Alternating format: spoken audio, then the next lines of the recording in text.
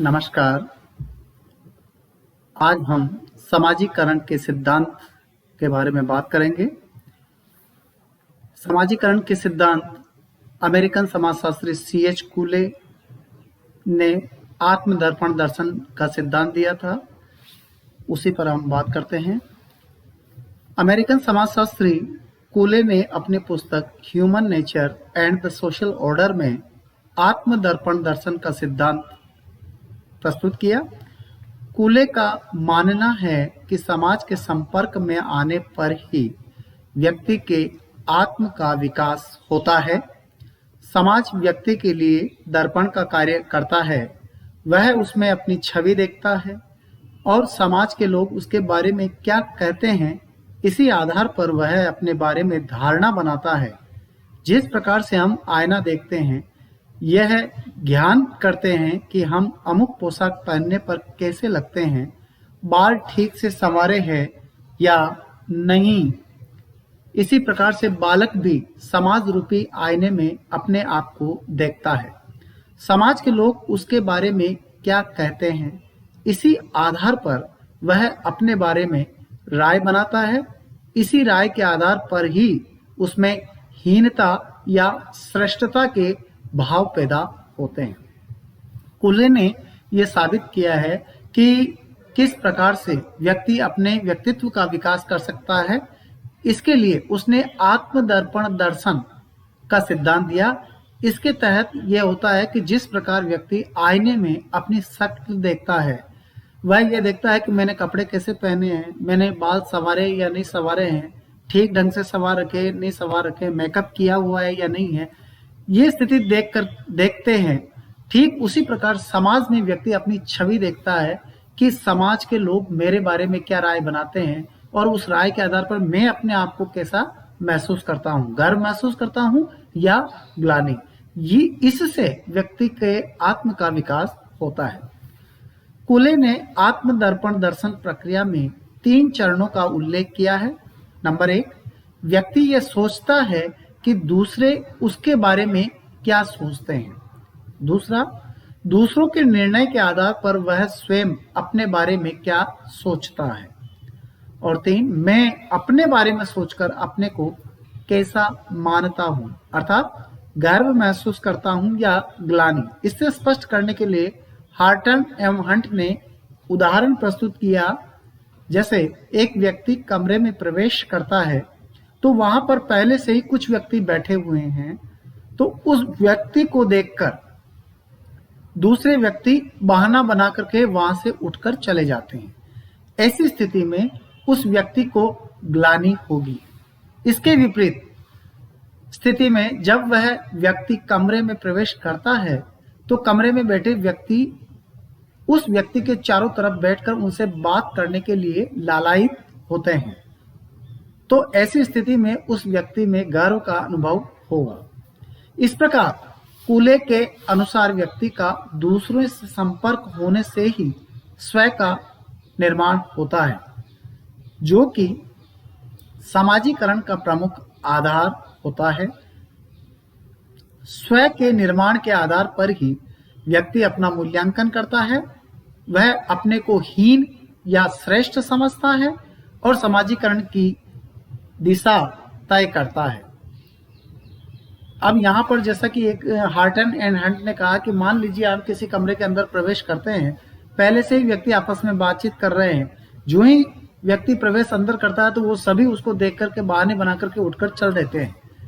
इस स्थिति के आधार पर उस व्यक्ति में जो है ग्लानि की अनुभूति होगी। और इसके विपरीत यदि वह एंटर करता है कमरे के अंदर और सभी व्यक्ति उसको चारों तरफ घेर लेते हैं और उससे बात करने के लिए लालायित रहते हैं, तो उसमें गर्व की अनुभूति होगी। इससे व्यक्ति के आत्म का विकास होता है। यह कब होगा? जब दूसरे व्यक्ति उसके संपर्क में आएंगे। मीड का सिद्धांत माइंड, सेल्फ एंड सोसाइटी में समाजीकरण का सिद्धांत प्रस्तुत किया।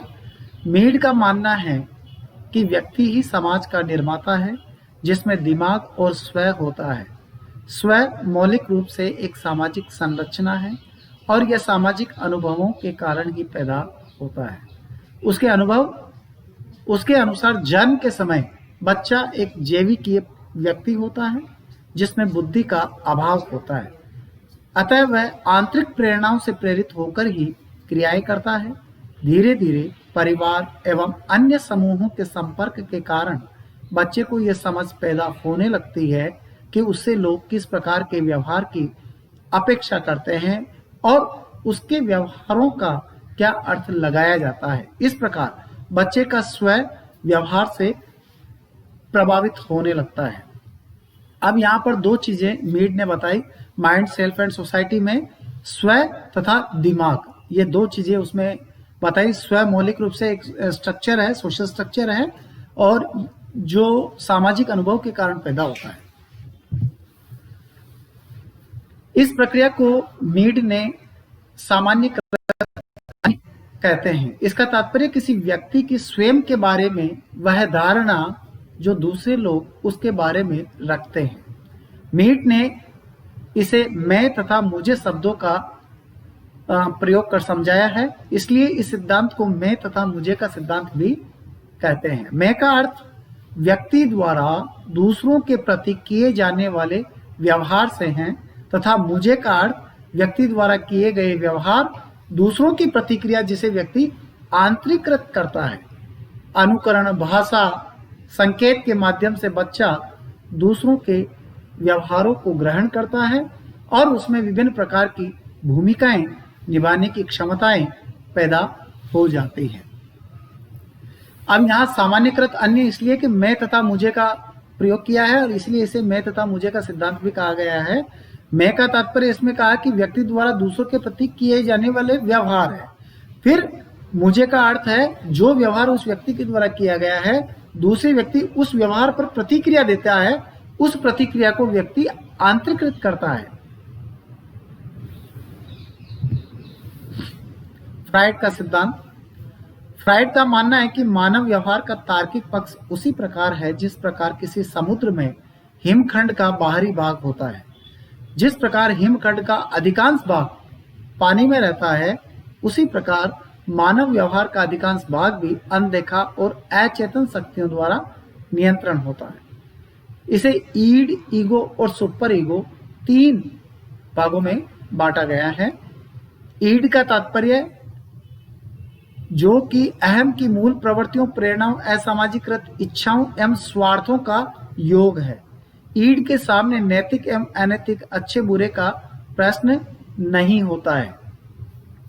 अहम यह व्यक्ति को सामाजिक परिस्थितियों के अनुकूल व्यवहार करने को निर्देश देता है और ईड पर नियंत्रण रखता है। ईड का मतलब हो गया स्व, स्व का हो गया मन। मन किसी भी दिशा में भटक सकता है, चारों दिशाओं में भटक सकता है, लेकिन अहम जो है उस मन को कंट्रोल में करने की बात करता है।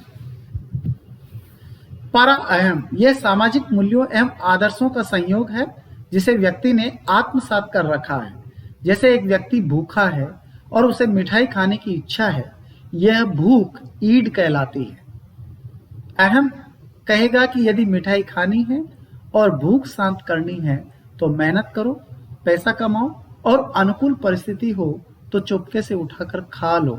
किंतु परा अहम व्यक्ति को कहेगा कि चोरी करना पाप है, अनैतिक है, सामाजिक मूल्यों के विपरीत है, ऐसा मत करो। फ्राइड के अनुसार ईड व परा अहम के पारस्परिक संघर्ष की प्रक्रिया से ही व्यक्ति का समाजीकरण होता है। अब यहां पर देखिए कि एक उदाहरण इसका यह भी हो सकता है, जैसे मान लीजिए घोड़ा है। घोड़ा ईड की प्रवृत्ति है, वह चारों दिशाओं में जा सकता है, लेकिन घोड़े पर बैठा हुआ सवार है वो कंट्रोल करता है। जो बैठा हुआ सवार है वह अहम है, लेकिन कभी कभी अहम भी गलती कर बैठता है तो परा अहम यानी ट्रैफिक पुलिस उसको, अगर ट्रैफिक ज्यादा है तो उसको वहीं रोक देगा कि भाई कि इधर नहीं जाना, उसको डायरेक्शन चेंज कर देगा कि आप उधर से जाइए। तो इस प्रकार परा अहम जो है व्यावहारिक है। तो आज तक बस इतना ही। बहुत बहुत धन्यवाद।